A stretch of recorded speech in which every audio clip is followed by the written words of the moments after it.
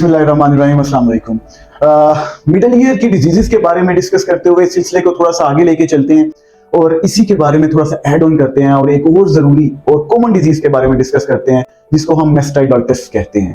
मैस्टाइडाइटिस में एक्चुअली कान के दरमियानी कान के चंद एज़ा का ही इन्फेक्शन होता है और सोजिश होती है और पेशेंट को सीवियर पेन होती है, लेकिन ये पेन और इस सोजिश की अलामतें कान की बैक साइड पे एक उभार की सूरत में रूनुमा होना शुरू हो जाती है। डिस्चार्ज भी हो सकता है, फीवर भी हो सकता है, कफ भी हो सकती है क्योंकि नाक कान गला मिले हुए हैं, इन्फेक्शन आगे स्प्रेड कर रहा होता है और साथ में ईयर की बैक साइड पे रेड हार्ट, टेंडर और पेनफुल स्वेलिंग आपको मैस्टाइडाइटिस में देखने को मिलती है।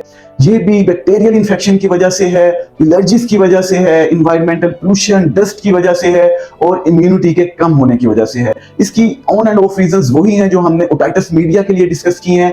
और रेमेडी इसकी अगर हम देखें तो इसमें भी हमें एंटीबायोटिक्स को यूज करना पड़ता है, पेन किलर्स को यूज करना पड़ता है और डिफरेंट किस्म के ड्रॉप्स देने पड़ते हैं ताकि जो दरमियानी कान है उसकी इन्फेक्शन को कम किया जा सके।